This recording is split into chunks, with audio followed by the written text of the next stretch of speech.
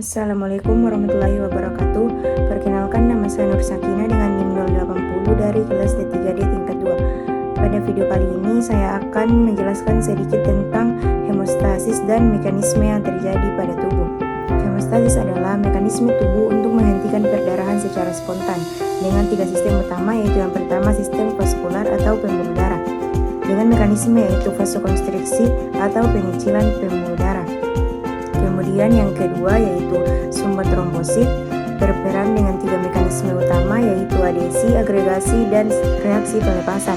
Kemudian yang terakhir adalah faktor koagulasi, yaitu jalur intrinsik, ekstrinsik, dan jalur bersama. Yang pertama yaitu sistem vaskular. Kulit memiliki beberapa lapisan. Lapisan paling luar disebut jaringan otot, kemudian otot polos, dan yang paling dalam yaitu endotelium. Pada saat terjadi luka atau perdarahan, tubuh akan membentuk sistem vaskular diawali dengan vasokonstriksi, yaitu penyempitan pembuluh darah dengan tujuan agar aliran darah berkurang atau perdarahan dapat berhenti. Namun, mekanisme ini tidak bertahan lama, hanya dalam waktu kurang lebih 30-60 detik.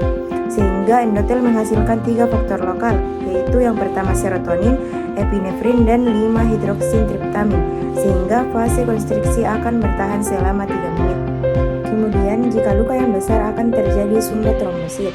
Ketika endotel luka menghasilkan protein plasma akan menghasilkan yang namanya faktor von Willebrand yang dapat menjembatani trombosit pada permukaan luka agar trombosit saling melekat satu sama lain yang dapat membentuk sumbat trombosit. Nah, trombosit yang melekat pada daerah luka yang menjembatani trombosit saling melekat membentuk sumbatan disebut adesi trombosit. Ketika adesi trombosit sudah tidak mampu lagi membuat trombosit saling melekat satu sama lain karena luka yang terlalu besar, maka tubuh akan membentuk sumbatan kedua agar trombosit saling berikatan dengan kokoh dengan cara diperantai oleh ATP dengan bantuan fibrinogen dan ion kalsium untuk membentuk kumpulan atau agregat yang dinamakan agregasi trombosit, yaitu ikatan antara trombosit dengan trombosit yang lain. Kemudian trombosit mempunyai fosfolipid yang diubah oleh enzim fosfolipase A2 menjadi asam arakidonet sehingga menjadi fase akhir yaitu tromboksan A2. Proses ini tidak boleh bertahan lama. Kemudian yang ketiga yaitu reaksi pelepasan. Selama proses agregasi, terjadi perubahan bentuk trombosit. Bentuk cakra menjadi bulat disertai dengan pembentukan pseudopodi. Proses ini disebut reaksi pelepasan dan memerlukan adanya energi, di mana trombosit aktif mengeluarkan zat-zat kimia dari granulanya untuk memperkuat aktivasi, menarik trombosit lain, dan mempererat pembentukan sumbat trombosit serta mendukung proses koagulasi. Kemudian, sistem utama yang ketiga pada hemostasis adalah faktor koagulasi. Faktor koagulasi adalah suatu faktor-faktor yang terdapat pada plasma berupa protein yang berperan untuk koagulasi atau pembekuan darah, yang bersifat inaktif atau tidak aktif, yaitu bersifat substrat atau prekursor dalam pembuluh darah dan aktif ketika terjadi luka yang dinamakan reaksi enzimatik. Faktor koagulasi yang telah aktif akan mengaktifasi faktor selanjutnya.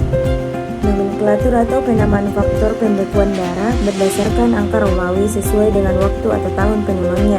Adapun yang pertama yaitu faktor fibrinogen, yang kedua prothrombin, faktor ketiga yaitu tisofaktor, faktor keempat yaitu ion kalsium, faktor kelima yaitu proacelerin, faktor keenam tidak ada.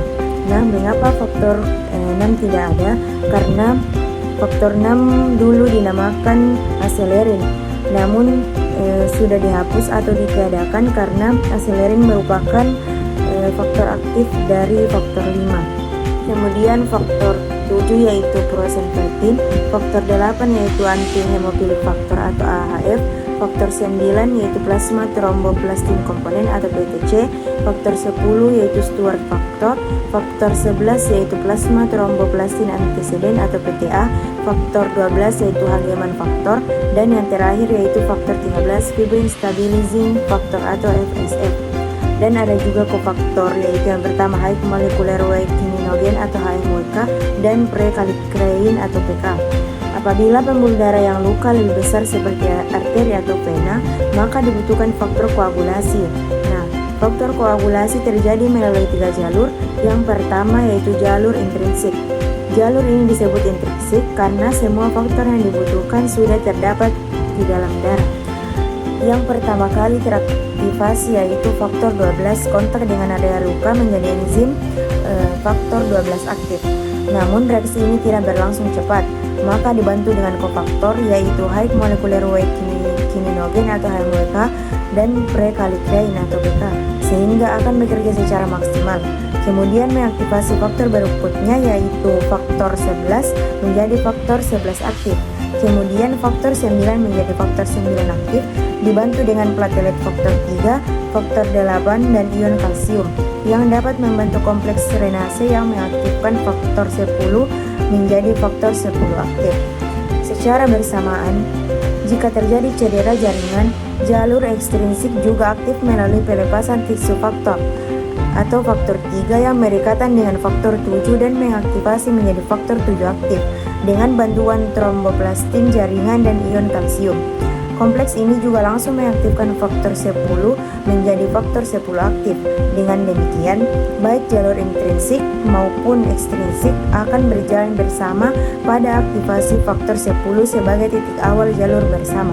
Pada jalur bersama, faktor 10 aktif bersama faktor 5 aktif, platelet faktor 3 dan ion kalsium membentuk kompleks protombinase yang mengubah protombin menjadi trombin.